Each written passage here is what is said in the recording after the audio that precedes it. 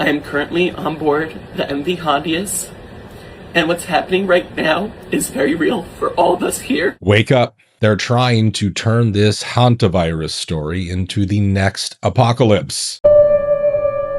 So we now have our first suspected case of hantavirus in someone who wasn't on the cruise ship.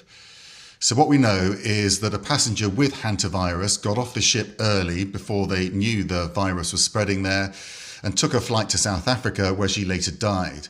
The Spanish authorities now say someone else on that flight has developed symptoms and they've been quarantined in a hospital in Alicante in Spain, and they're currently being tested to see whether or not it is indeed hantavirus. It does, of course, raise the question of exactly how contagious this strain of the disease really is, despite the fact the World Health Organization still insists the risk to the public is low. Meanwhile, the cruise ship is currently heading towards the Canary Islands in Spain, where a huge row has erupted about whether or not to accept the ship and allow passengers to disembark before we know enough about this virus and exactly. Now they're claiming even people who weren't on that ship are suddenly showing symptoms. Funny how they never pushed previous hantavirus outbreaks this hard, including the one that killed 3 people in Yosemite. Yosemite officials warn that 1,700 Yosemite visitors may have been exposed to a deadly disease. 2 people have already died from the hantavirus. Now the NIH director is out there telling everyone there's nothing to worry about. This is, again, not like COVID. The CDC has been working very closely with our international partners, our state and local partners. We have a team on the ground that's going to help these 17 Americans, bring them back to a facility in Nebraska. Had a great call with the governor of Nebraska this morning. And what we'll do, it will be a self-isolation. None of these folks have any symptoms at all.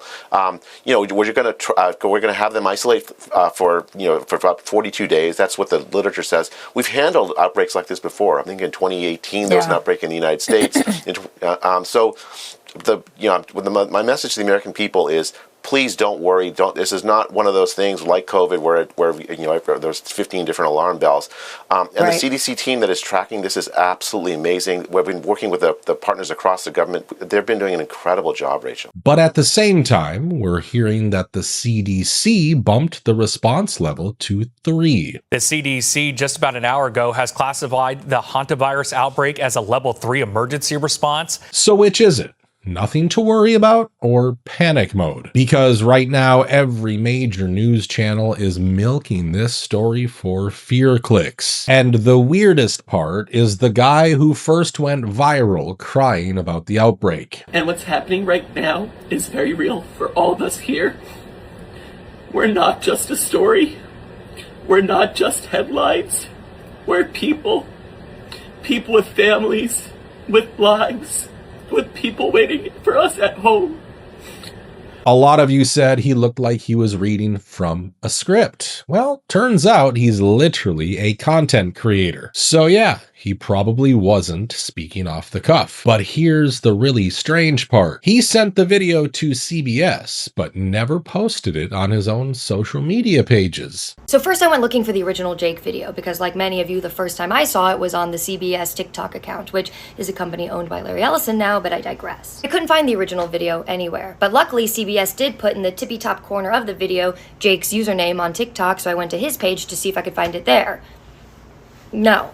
So I started scrolling through Jake's page and I learned that he is a Boston travel content creator and he's been to like hundreds of countries. Although none of his videos have gotten like a super high amount of views, but yet he's got 5.6 million. I just noticed that's weird. Anyways, he's got sponsorship links, he's got collaborations, he's got a Yahoo email, and if you go over to TikTok Shop, he's hawking a bunch of, travel consumerism junk. And I'm scrolling through his posts and he's got this weird PR statement as one of them. Mind you, he didn't even post the video that he sent to CBS on his own account, remember? Think about that. An influencer records an emotional plea for help, but doesn't upload it to the audience he built. Instead, only the mainstream media gets it, and somehow he was basically the only passenger making videos. Now, something is off about this cruise ship in the Atlantic with the hantavirus outbreak, and I cannot let it go. This is the MV Hondias, an expedition cruise ship owned and operated by Oceanwide Expeditions. And the route went from Argentina through Antarctica and the South Atlantic, with stops in South Georgia and Tristan da Cunha and St. Helena, all before heading towards Cape Verde. And I'm sorry, how is it that there are 147 people on board, with 3 people dead, 7 confirmed cases of the Hantavirus, and the only video we've all seen from inside the ship is one guy named Jake crying in his cabin? That's where things start getting weird. We've seen people document every second of cruise ship disasters, quarantines, and canceled vacations. All of it. I'm posting this video for my family's protection. I'm posting this video for documentation purposes only because Disney Cruise Line is not doing anything about the situation that's happening on board. We're currently being confined to our room.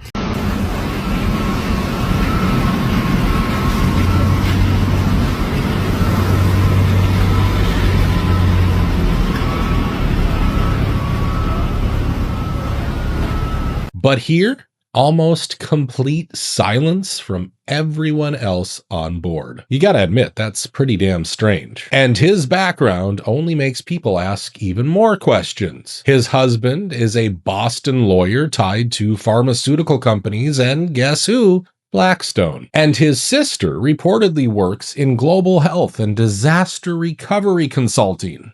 Wow, imagine that. And somehow he just happened to become the face of the entire outbreak story. Interesting coincidence, wouldn't you say? Now, moving on, because the Charlie Kirk case just took another wild turn.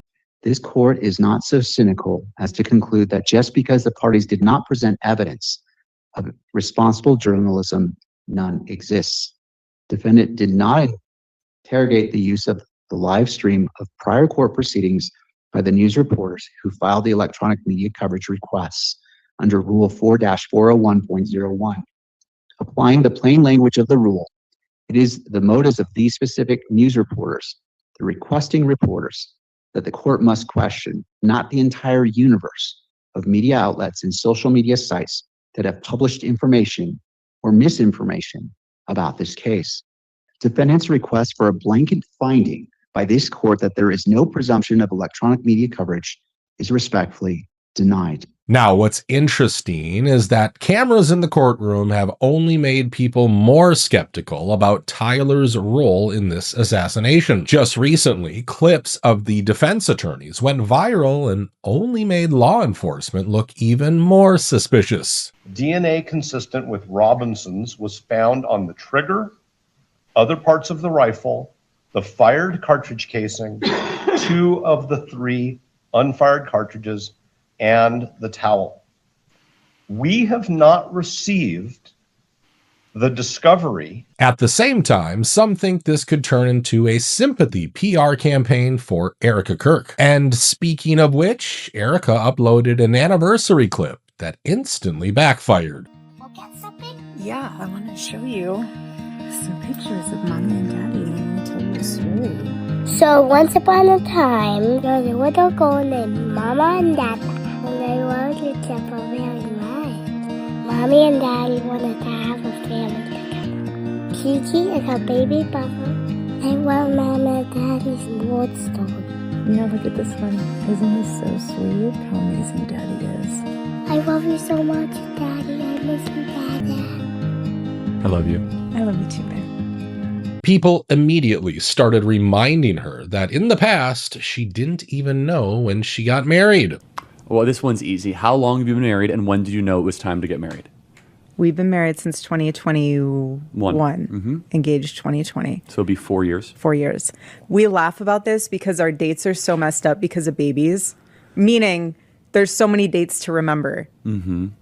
I know. I get all the anniversaries, like kids' birth May dates. 14th, yeah, August all the 23rd. things. Now, let's keep going because we have some other crazy stuff to cover. Secretary Sean Duffy is getting cooked online after this interview clip started spreading everywhere. Our motto is to love America is to see America. And there's so many different ways you can do a road trip. I don't know if you guys did it when you were young. My parents took us on road trips. We actually would drive from Wisconsin to Florida. We didn't have a lot of money, so my mom would pack up a cooler, and we'd drive straight through. We didn't stay overnight. We would drive straight through, multiple drivers. But there's so many kids that sit on screens. They watch Netflix. They just scroll. If you pull them off the couch and you get them in a car, the bonding that happens between families, again, at the time you might fight with all your siblings. He's touching me. Get away from me. But in the end, you look back and it's the greatest memories that you have. People immediately called him out for being completely disconnected from reality when it comes to gas prices. I'm spending half my paycheck on just one tank of gas.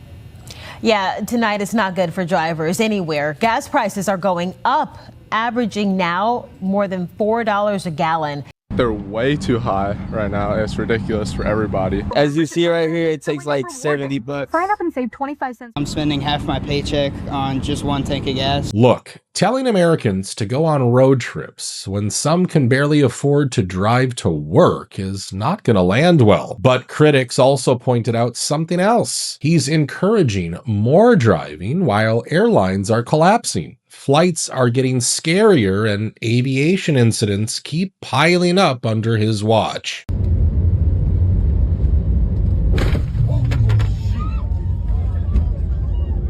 Tower Frontier 4345, we're stopping on the runway. We just hit somebody. We have an engine fire. Can you know the souls on board? We have 231 souls on board. There was an individual walking across the runway. Now, I want to end this video with something I honestly didn't even want to touch. The so-called UFO disclosure. At this point, the whole thing is turning into pure internet theater. We've got alien crafts with spark plugs in them, sketches that have already been proven fake, and now people are trying to connect every blurry shape in the sky to the Bible. God is the creator of the universe. He's never not going to create. So it's always been something in my mind to say, well, how can we be the only ones? Like, God's not going to stop creating just with us. But the more I look into this, the more I see the Old Testament and what was told to us there of fallen angels and Nephilim. I mean, this is in the Bible. There's nothing that says that fallen angels, that Nephilim just disappeared. And so I believe that this could be an aspect of it. You know, there are things that we have seen that could resemble portals. And, you know, I mean, we serve an infinite God, a God of the universe. And to say that this is the only realm is ignorant. And so what I've seen, I wouldn't, you know, put it as, you know, Marvin the Martian kind of thing. But I do believe that this is more spiritual. And if you really want to go there, demonic. Anna Paulina Luna, who constantly references the Book of Enoch, even posted this image on the same day this particular UFO clip dropped.